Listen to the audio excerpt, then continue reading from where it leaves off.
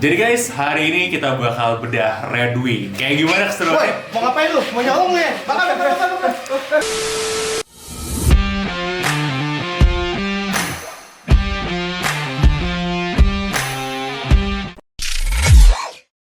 Halo guys, Dimas di sini dan kali ini gue bersama dengan sebongkah Red Wing. Awalnya waktu gue dapat pertama kali, gue pikir ini adalah sepatu yang sama ya, 875 kayak yang ayah gue pakai. Tapi ternyata enggak. Ini adalah 1907. Dan sebelum kita bahas lebih detail tentang sepatunya, gue mau shout out dulu buat bro yang dengan senang hati mengirimkan sepatu ini buat kita bongkar-bongkar buat edukasi. Jadi mari kita doakan yang terbaik. Semoga ini akan jadi sebuah amalan yang baik bagi bro yang gak mau disebut namanya ini, dan big respect buat lo. Oke, lanjut gas balik ke sepatunya.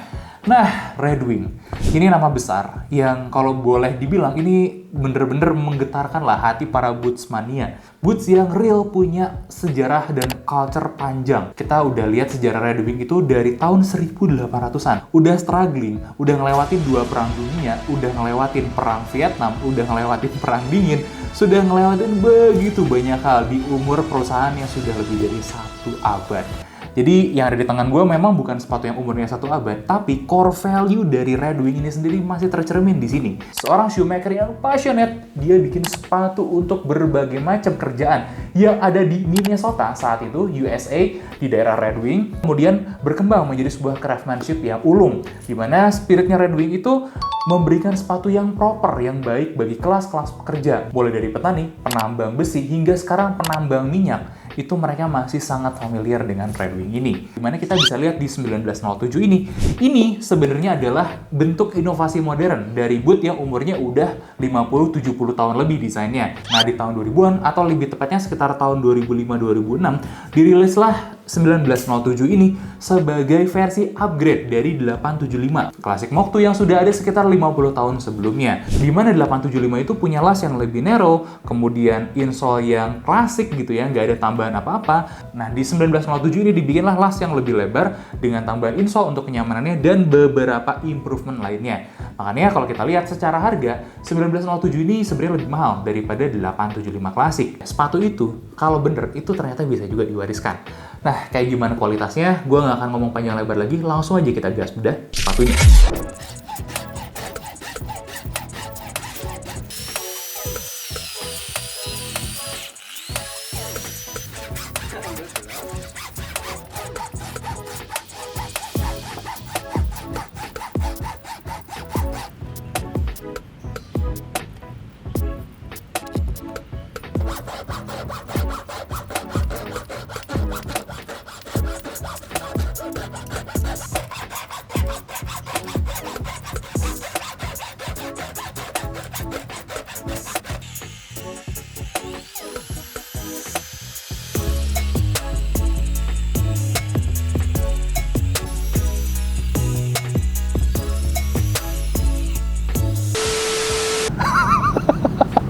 Habis ini kita potong apa lagi, Om? Apa ya?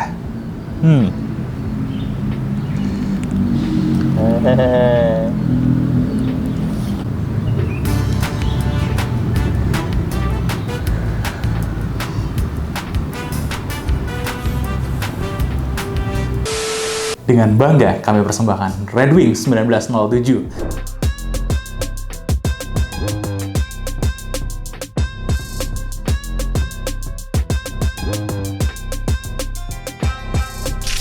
Dan sebelum gue mulai, gue mau shout out dulu buat Mas Aang alias Januardi Juang, salah satu teman kita yang udah ngebantu menghidupkan kembali boot ini. Jadi ceritanya, waktu kita dapat dari penonton kita, ini bootsnya dalam kondisi kering banget, keringnya parah banget. Kemudian dua-duanya ya pernah kesiram chemical. Disclaimer juga untuk nanti pemakaian, kita nggak akan cerita soal pemakaiannya ya. Bener-bener pure teknis tentang sepatunya aja. Dan untungnya kemarin pas kita podcast lah ya, ngobrol-ngobrol bareng Mas Aang dan teman-teman di sana, Mas Aang sendiri menawarkan, mau nggak saya treatment gitu ya, karena beliau pengalaman sekali buat nge-treatment sepatu-sepatu boot seperti ini, seperti Red Wing, dan dengan berbagai macam ingredient rahasia yang kita juga nggak dikasih tahu ya, karena ada hal-hal yang kita nggak dibukain juga gitu ya, ada rahasia dapur lah. Hasilnya seperti ini. Gue respect banget sama Mas Aang. Boot yang udah kaku ini, beberapa bagian berhasil jadi lebih supple, lebih lembut, meskipun yang belakang ini masih sangat kaku sekali, tapi kudos, keren banget Mas Aang perawatannya. Ini beyond sih daripada yang kita tahu. Jadi kalau kalian penasaran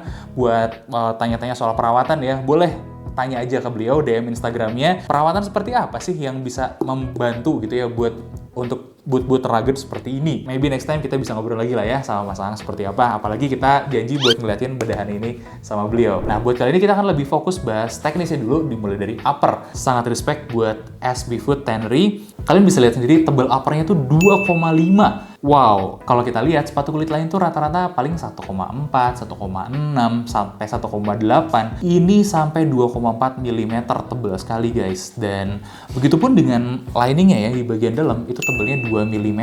Ini kombinasi yang sangat tebal sekali buat upper yang durable. Nggak sia-sia, nggak salah gitu ya Red Wing membrandingkan diri sebagai sepatu yang sangat durable dan sangat tahan. Dengan kita tes Dremel di Amplas gitu ya, memang cuman berkurang 0,3 mm. Konsisten di setiap titik cuman berkurang 0,3 mm. Tough sekali, durable sekali. Kebayang ya, ini kulit total tebalnya, kulit uppernya itu 4,5 mm berarti ya.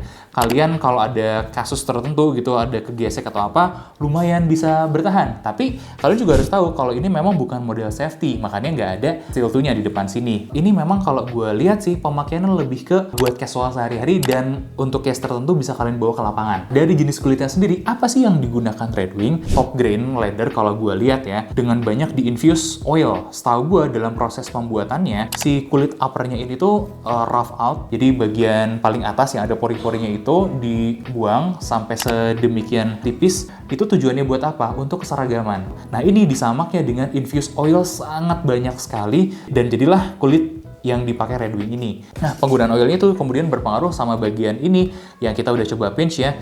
Dan ini pada dasarnya kulitnya warnanya terang sebenarnya kayak gini. Tapi dengan infused oil warnanya lebih gelap, lebih gelap, lebih gelap lagi, apalagi setelah pemakaian. Nah, inilah hasil treatment ini dinamakan dengan patina. Ini akan memberikan efek vintage yang sangat luar biasa. Sedikit tentang uppernya ya. Kalau gue boleh kasih kelas gitu, ini salah satu upper yang paling berkelas dan meskipun dia supple gitu ya, lembut, dia punya daya tahan yang luar biasa kalau gue bilang. Dan dengan standar tersebut, upper ini akan gue kasih rating 9,5 dari 10. Dan FYI aja, Red Wing ini saking kayanya, penyama kulitnya SB Food Tannery sudah dibeli oleh mereka sekitar tahun 2000-an. Nah, kalau kita lihat lagi beberapa bagian dalam, ini yang mungkin kita belum dapat tadi ya, suede-nya kerasa cukup enak sekali. Nah, khusus untuk koleksi mereka yang Mokto, terutama 1907 ini, sudah diganti dengan material leather. Lebih kuat, lebih durable, dan feel-nya lebih baik juga. Kita selesai dari material upper, kita akan ngomongin material soalnya. FYI aja, ini tuh kalau dikatakan oleh para om-om bule,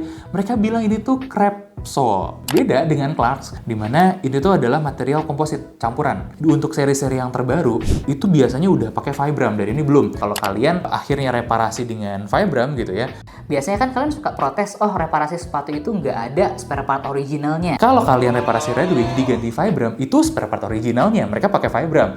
Kalau kalian di sini masih bisa lihat beberapa ini udah mulai kekikis ya, terutama bagian depan, bagian belakang. Itu wajar karena pemakaian. Bagian ini tuh untuk ngegripnya ini belum rata, artinya soal ini masih bisa kalian pakai. Karena dia ternyata sama-sama kekikis 0,3 mm dalam 30 detik dengan Dremel. Kalau di-compare dengan Vibram, yang kemarin Vibram 5 Fingers juga kurang lebih berkurang 0,3 mm dalam jangka waktu yang sama. Wow, man. Menurut gue di kelasnya bisa gue kasih rating 9, karena 9,5-nya untuk yang udah pakai Vibram ya. Gokil. Nah, untuk material sendiri gue akan kasih rata-rata 9,25 untuk sepatu ini. Nah, gimana dengan konstruksinya? Secara umum, untuk Mokto-nya Red Wing, itu biasanya selalu dengan konstruksi Goodyear welt. Nah, sedangkan untuk 1907 ini, seolah-olah dia punya jahitan tambahan di sampingnya. Ini seperti Storm welt, tapi bukan. Ini tetap Goodyear welt, guys. Mereka nambahin fake Storm welt di sini. Jadi yang bener itu adalah jahitan ke bawah. Jahitan sampingnya ini itu fake semua. Ini mencirikan sebagian bootnya ini masih dikerjakan dengan tangan. Dan itu adalah added value buat sepatu-sepatu seperti ini. Ini kalau buat kami para antusias sepatu kulit, semakin ada touch human-nya itu semakin baik sebenarnya. Makanya harganya pun tidak murah. Balik ke bagian dalamnya, konstruksinya seperti apa. Di sini Ini mungkin gue miss cerita tadi bagian insole. Jadi insole yang sebenarnya tuh di sini ya. Ini adalah kulit asli yang disamak sampai tebal banget. Nah, kalau kita komparasikan dengan Fortuna aja, yang Fortuna tuh udah tebal banget buat standar sepatu kulit. Ini bahkan lebih tebal lagi beberapa senti. Bagian insole tebal-tebal ini adalah untuk proteksi, untuk melindungi kaki kalian. Pinternya Red Wing, habis lapisan corknya ini, dilapis satu lapisan lagi, ya. Satu lapisan ini tuh, kalau gue lihat, ini lebih ke kayak rubber atau TPR. Ini menutup seluruh bagian corknya itu, kemudian dijahit juga dengan welt di atasnya, barulah ditempel outsole-nya. Iya, outsole-nya ditempel, bukan dijahit. Kenapa? Karena untuk memudahkan diganti. Karena kulturnya Red Wing ini tuh direparasi guys, bukan beli baru, diganti. Memudahkan kalau kalian mau ngerisol, karena yang habis itu biasanya memang soal ini. Perbaikinya di mana? Secara umum Red Wing sendiri memang terima perbaikan. Jadi senada ya, mereka memang menyiapkan konstruksi Goodyear welt yang memang mudah diperbaiki. Mereka menawarkan juga jasa reparasinya. Berapa? Setahu gue untuk penggantian bagian heel aja, kalau untuk model kayak Iron Ranger itu start from 25 sampai 50 US dollar. Nah, sedangkan untuk penggantian seluruh solnya itu sekitar $100 ke atas. Ini komparatif loh dengan yang ditawarkan di Shoe Shop sebenarnya. Harganya segitu-segitu juga untuk penggantian solnya. Reparasi sol itu tidak bisa dibilang murah, tapi untuk long run-nya, jangka panjangnya, tetap lebih murah daripada beli sepatu murahan. Camkan baik-baik bagi kalian yang masih punya otak buat pakai sepatu rusak buang. Hey, Red Wing itu bukan sepatu seperti ini. Dan untuk konstruksi sendiri, gue sangat-sangat mengapresiasi solid 9 out of 10. Apalagi mengingat ini harganya untuk kelas boot seperti ini sebenarnya terjangkau sih.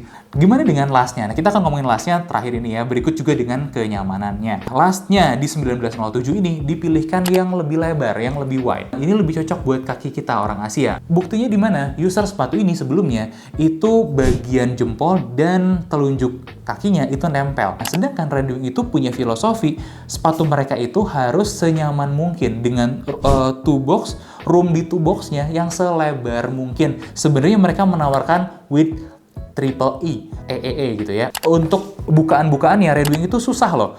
Karena kalau kalian lihat di sini ada waterproofing ekstra di bagian eletnya itu panjang sekali sampai lidah. Itu ketutup sempurna. Jadi kalau kalian masuk ke air, kerendam sampai kira-kira segini, airnya itu nggak akan masuk ke dalam sepatu kalian. Gokil kan? Minusnya sayangnya itu membuat kaki kalian lebih susah masuk, apalagi kalau width-nya nggak tepat. Apalagi masih baru, masih kaku. Wah, dahsyat sekali lah itu. Lastnya ya buat gue solid 9 dari 10 juga gitu. Beberapa hal yang mungkin gue belum cerita di sini. Untuk 1907 kalian akan dapat insole ekstra. Bedanya dengan yang 875 tuh ini ya. Jadi kalian mungkin sadar sepatu ini tuh nggak punya sanks. Sebenarnya nggak ada masalah karena konstruksinya sepatu Red Wing ini udah mirip kayak wedges yang sangat-sangat solid di bagian sininya. Nggak ada gap dari heel ke bagian bola-bola kakinya. Sepatu yang ada gap di heel dan bola-bola kakinya itu wajib pakai sanks. Biar apa? Biar nggak collapse. Dan sedangkan sepatu ini sudah sangat support sekali arc-nya untuk tidak akan collapse. Nah, sedangkan untuk kenyamanannya, karena support-support yang baik tadi, sepatunya stabil, ya kaki kalian juga stabil akhirnya ketika pakai sepatu ini. Tapi yang jadi pertanyaan kan, kalau ketemu sama material kayak begini buat insole-nya, pastinya nggak enak gitu, karena keras. Makanya Red Wing itu tahu, paham dengan kalian, dikasihlah satu lembar lagi kulit untuk ekstra kenyamanan ditambah dengan busa. Ini tuh cukup deket karakternya dengan Ortholite. Jadi semua yang kalian temukan di sini adalah kualitas, materialnya kualitas, konstruksinya kualitas gitu ya. Mereka untuk kos pengerjaan paling banter 2,5 juta loh, bisa 3 juta bahkan. Dan mereka cuman jual 5 juta, artinya apa? Cuman kali 2 buat cari keuntungan. Ini kalau kalian lihat dengan teknis kayak gini dan dikerjakan dengan tangan, teknis Red Wing ini bisa sebenarnya ditawarkan oleh produsen lokal. Gue pede sebenarnya yang ngeklaim kayak Sagara gitu dan beberapa teman-teman lain maker lokal itu sebenarnya bisa banget ngejar kualitas Red Wing ini asal dapat akses ke banyak material-materialnya. Tapi akibatnya apa? Harganya gak murah. Sagara aja deh kalian lihat, udah start from 7 jutaan. Lebih mahal daripada Red Wing. Ya kan? Bahkan bisa belasan-belasan juta. Kalau kalian beli second pun masih sangat-sangat bargain karena beberapa fakta-fakta yang gue temukan setelah gue bongkar-bongkar ini, jahitan-jahitannya masih sangat kuat meskipun sudah hampir 1 dekade. Lemnya juga masih ada, masih basah, masih lengket, masih hidup. Ini tangan gue masih lengket ya, belum hilang sepenuhnya. Sepatu yang sangat value sekali for money di harga 5 jutaan sekarang ya. Tapi pahami juga kalau ini tuh bukan barang gorengan. Kalian anak-anak tambang coba komentar deh, sepatu apa? Red Wing rata-rata. Coba jalan ke kampus-kampus teknik, dosen-dosennya, senior-seniornya, alumni-alumni yang udah kerja di tambang rata-rata ride-nya itu pakai Red Wing. Hari-hari di tambang pakai Red Wing yang safety, hari-hari di luar pakai Red Wing yang kayak gini. Coba buktiin kata-kata gua kalau salah. Dan ini adalah boot dengan rating 9/10 dari kita. Apakah kita harus bikin komparasi Red Wing dengan 3 kompetitor yang lainnya yang juga populer sebagai boot fashion? Nah, itu aja dari gue untuk Red Wing 1907 ini. Nah, jangan lupa like, comment, dan subscribe. Gue harap kita bisa ketemu di bedah sepatu selanjutnya. Tonight.